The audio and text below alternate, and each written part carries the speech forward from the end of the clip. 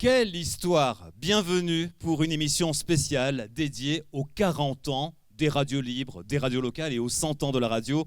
Avec Annie Borgia, on a souhaité inviter le banc et l'arrière-banc, tous ceux qui ont fait ces 4 décennies de véritables épopées. Pourquoi?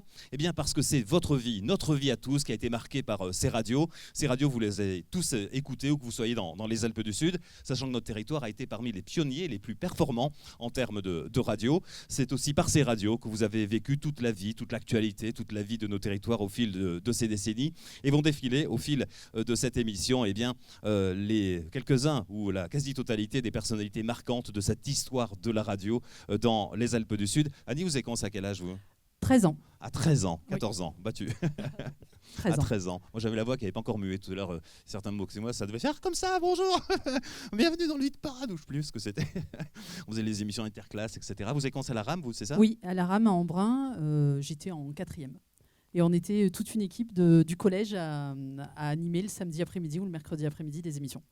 Alors, vous avez enchaîné ensuite, c'était Alpe 1, la grande aventure Alpe 1. Je suis passée par Chéri FM avant. Chéri FM, oui, juste. Oui. Groupe Énergie, Chéri FM, Alpe 1, et voilà. Et maintenant, DC Radio. DC Radio 90.2, la dernière née de l'ensemble de ces radios. Alors, on va encore une fois entendre les uns et les autres, non sans avoir rappelé, mais en introduction, que si on a souhaité faire cette émission, puis vous parler, marquer le coup de cette fête de la radio, c'est d'une part parce que la radio sait se remettre en cause, elle prépare l'arrivée du DAB+, en fin d'année. Vous aurez beaucoup plus de radios sur votre autoradio ou à la maison, des infos associées, de meilleure qualité, etc. Elle ne se laissera pas grignoter par le digital. La radio a de la vitalité.